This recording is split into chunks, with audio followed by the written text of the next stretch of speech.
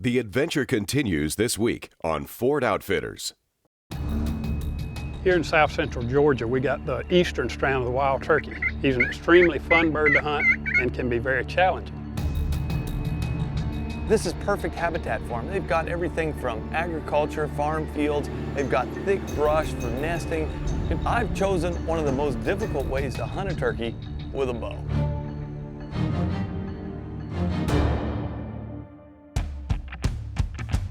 Fred Eichler has taken all 29 species recognized by Pope and Young with a recurve bow. Conway Bowman cracked the code for mako sharks on the fly. The outdoors has led them to adventures around the world. Now, two of North America's most accomplished sportsmen and their Ford trucks are on a mission to learn the secrets and stories of America's best outfitters. This is The Outfitters, built by Ford F-Series. Well, I'm heading all the way to south central Georgia to meet up with my buddy Wright Harrell. Well, Wright's a great outfitter for a lot of reasons. One, he's grown up in the woods, so he knows this country like the back of his hand. Also, being a retired game warden, he really knows animals, he knows how to hunt them. Wright's a great caller, a great hunter, he's a great guide, and he runs Arrowhead Outfitters guide service. We're gonna be hunting actually his dad's property, and we're gonna be after turkeys. Well, once I get through Atlanta and hit cruise control, I got about a 3.5-hour drive to the small town of Ryan, Georgia. Moved to this area back in the late 1700s, 8 generations ago, I guess. Back then, you pretty much lived off the land, so you either had to kill it or grow it. Most of the people back during that time were hunters. What was once the town train depot for Ryan is now base camp for guests of Arrowhead Outfitters. Wright and his father applied some major elbow grease and transformed the dilapidated building into first-class hunting digs. You remember how we cut all these boards, don't you? Oh, yeah. We bought 2 loads of logs, and instead of using rough lumber, we decided we wanted some smooth lumber, so we bought a planer. Yep. And as the boards would dry, we would plane them, and that's why it took so long. At least 5 years we spent on it. We built just about every piece you see here. I thought it turned out pretty good after we kept adding to it. We've enjoyed it since we built it. So have you hunted the spot we're going before? Not this year, I haven't. I've been kind of holding off, but there's several birds in there, so I feel pretty good about this morning's hunt. Arrowhead Outfitters is a small outfitting business that my wife and I started back around 2005, I believe. Our primary hunts are wild hog hunts due to the high populations in the area. And we also do a limited number of white-tailed deer hunts along with our turkey hunts.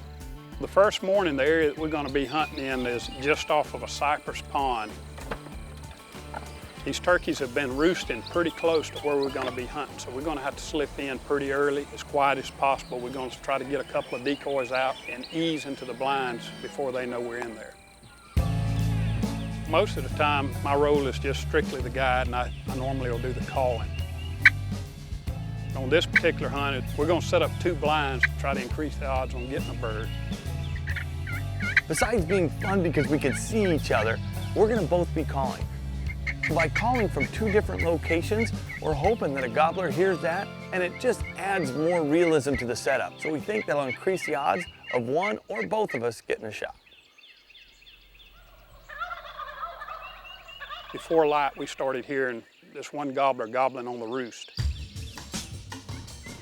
As the morning progressed, we're calling. There's a bird that keeps gobbling and answering behind us. And during this time, there was 2 other gobblers that come in from a different direction. And they too sort of circled around us and come in from the back side of my blind. 2 good-looking birds. They're mature birds. They're probably 2.5 to 3.5 years old. They come right in. They just kind of trotted right through.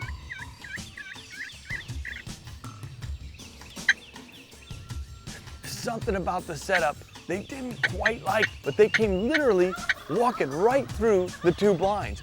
They got sort of in between us where neither one of us really had a shot, went across the food plot and left, and we never saw them again that morning. We kept hearing this one bird that we think, is the dominant bird. He gobbles on for a while, but never would quite commit to come in. We're not sure if he had hens with him or if he just didn't like the sounds of our call, but we just couldn't quite get it done that morning. The nervousness of the two mature toms, coupled with the vocal yet reluctant behavior of the third gobbler, supports Fred and Wright's theory that the latter is the boss bird in the area. They modify their game plan and return for the evening hunt.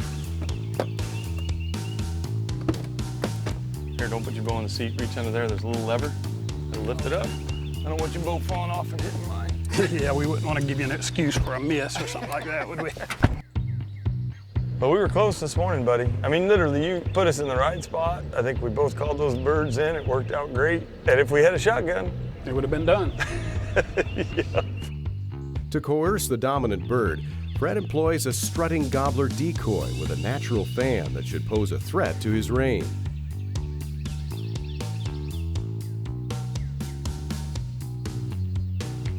Got the decoy set out. Arrow knocked. All we need now is another turkey.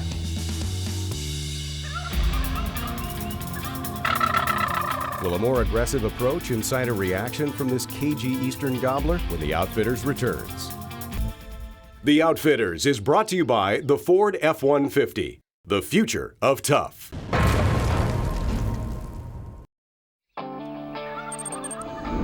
Fred Eichler and outfitter Wright Harrell nearly sealed the deal on the first morning of this very difficult pursuit, an eastern turkey with a bow.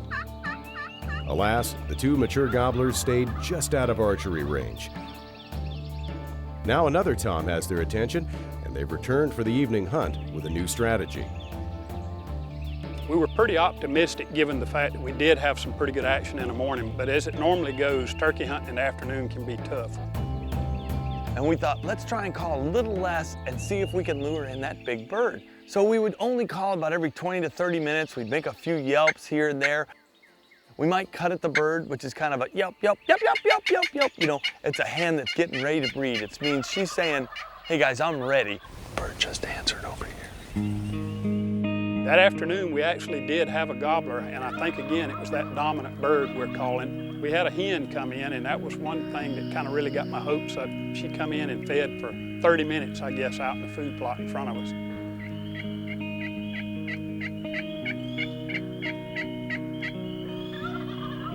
But what was driving us crazy is that another gobbler was walking back and forth behind us gobbling. We both felt very confident that that was the same bird that had eluded us in the morning. He was gobbling, walking up and down the road behind us, the same road we had walked in on. It was driving us nuts. And I was really hoping he was going to come following her in, but it just didn't work out.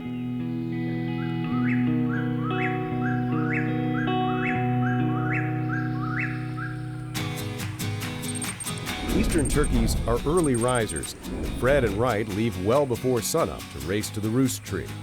Just before dark, we heard both the gobblers fly up and roost pretty close to where we were at. So I think we're going to go back there again this morning. We tweaked our decoys a little bit. We're going to reposition them a little bit. You mind turning that light on? Oh yeah. I came out with a Merriam's fan. So the feathers that were in the gobbler decoy were from a Merriam's bird back in Colorado. And the white tips are very different than the darker tips that the birds here have. Thanks, buddy. So Wright suggested we change that out, so the decoy's gonna look a little different this morning. I think we're going to hold off on the call in a little bit again, and hopefully this morning we can draw them in there.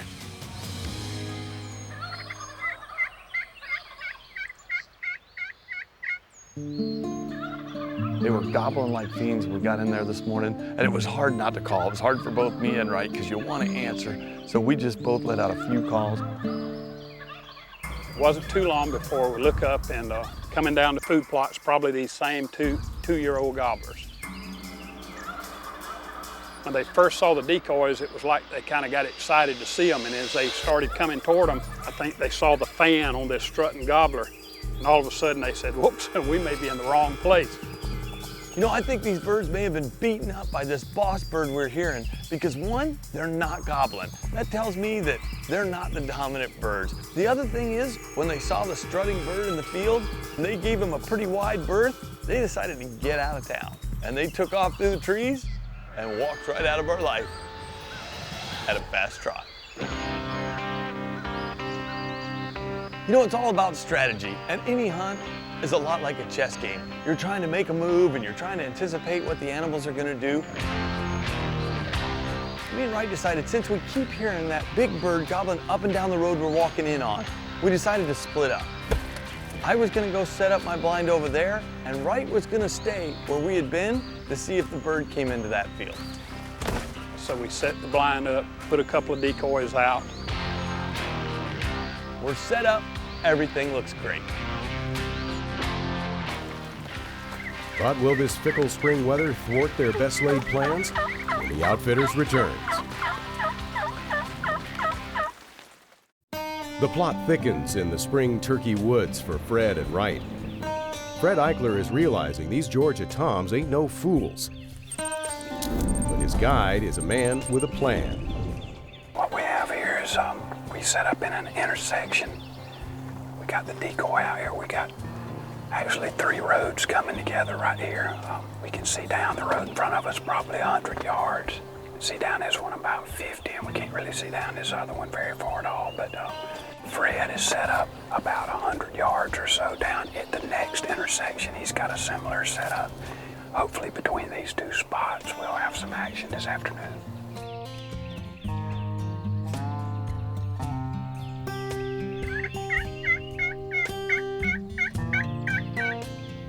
Despite a solid strategy to divide and conquer, the weather holds all the cards in this game, and it appears to be dealing the guys a tough hand.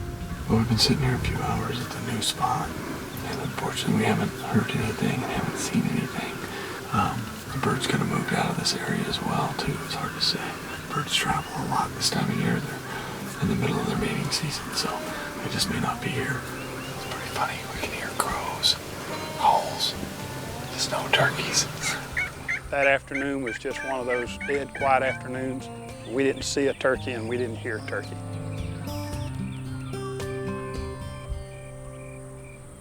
Well, we went to the same spot where I'd set up the blind yesterday evening. We got in there about the same time, probably a little after 6:30, I guess it was.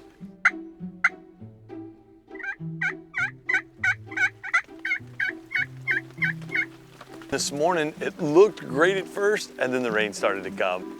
And we heard nothing. I think there was just due to our activity going in and out for a couple of days, and they just weren't used to that. I think we just pressured them a little bit, and I think they've just moved off the property. So now I'm wondering, as an outfitter, did I mess up by moving in too close? And this morning too, the weather can affect the birds. A lot of times when it's kind of overcast, maybe foggy or rainy or something like that, a lot of times the birds will just get quiet on you, and that could have been a possibility this morning too. So I think we're just gonna go ahead and pull our blinds, give this place a rest. We're gonna move to another hunting spot that I have. It's about 10 miles north of here. It's in an area that's got a pretty good turkey population. Hadn't been hunted hardly at all this year, so I'm hoping that we can get in there and get on some birds. Well, we were both in agreement that we felt like we had pressured those birds a little much, and they needed some time to kind of work back in there. We decided we'd take a break and change things up a little bit, and there's kind of a tradition here on Thursdays at noon that we have. It's a fish fry.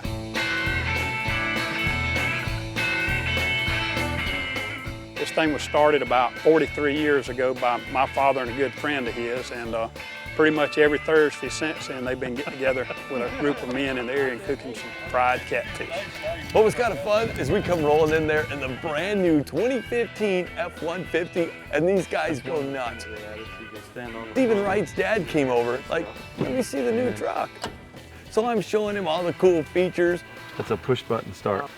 It's a pretty fun time.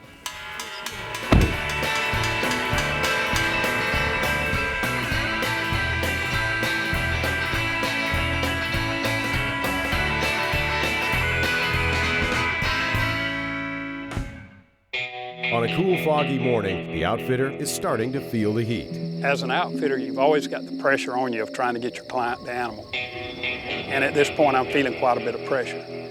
I had pretty high hopes for the food plot blind, but it's just not worked out for us at all. Fred's pretty confident that the area we moved the second blind location in is a spot that bird's gonna eventually come back to. So we're gonna let Fred hunt the new blind, and I'm gonna move to a different area to take a little bit of the pressure off. When we return, Fred goes solo on a last-ditch effort to lure a stubborn tom into bow range. It all comes down to this.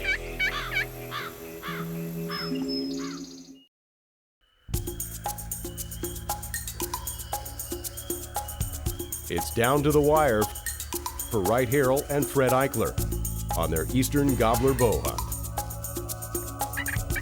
Well, the next morning, it started off really slow. At first, I was like, man, I guess the birds haven't moved back in here. A little after 8, I texted Fred and asked him if he'd seen anything or heard anything, and he said no luck yet. Then way back in the swamp, I heard a bird call. I chirped back at him a little bit, but he just moved away the other way.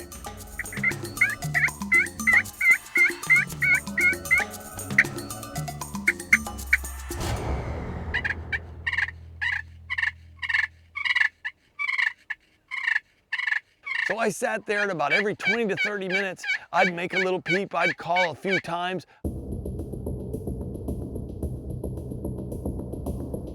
At about 9 o'clock, I let out a few yelps on my slate call. No response. Waited a few minutes, picked up my box call, and made a few real raspy yelps with that. Right away, that bird just hammered back at me. I was jacked. I was like, that bird's here. He's here, he heard it, he's excited. So I'm just waiting, and all of a sudden I just hear him. I know he's coming from the right side of the blind, so I grab my bow, I hook on my release, and I'm just waiting to see if that bird will come right up to the decoy. Well, it worked out even better than I could have thought. I've been hunting for days. I finally got a bird right in front of me. As the bird comes up to the decoy, I get ready to shoot. And all of a sudden he lunges forward and attacks a decoy. And I'm like, oh, and I almost shot, but fortunately I didn't, because when he jumped, had I shot, I would have completely missed. Finally, the bird's straight on. I put the pin on him. I hit him about center body, and I knew it was a fatal shot. He's down right there. That's how you do it. That's how you kill an eastern turkey in Georgia. I gotta keep my voice down. Wright's not very far away. He's trying to hunt too. About 8:45, I get a text message. Bird down with a bow. That is awesome. Came in and attacked the decoy, just attacked it. Let's go get him. All it says is, big bird down. I'm still shaking. He's all excited. So I get pretty excited. I head out of my blind and back to the F-150 to go see what he's got. Look at that.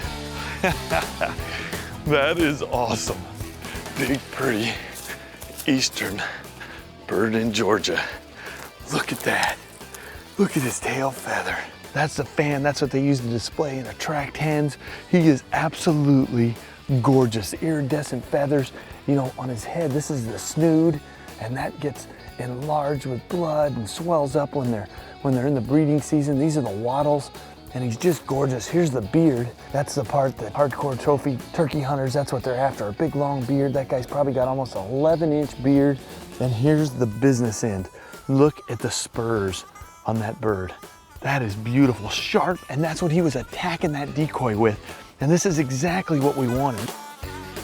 Well, as with many hunts, you know, we had some ups and downs. It started out really good, and I thought we were gonna probably get it pulled off the first day, if not, at least by the second day.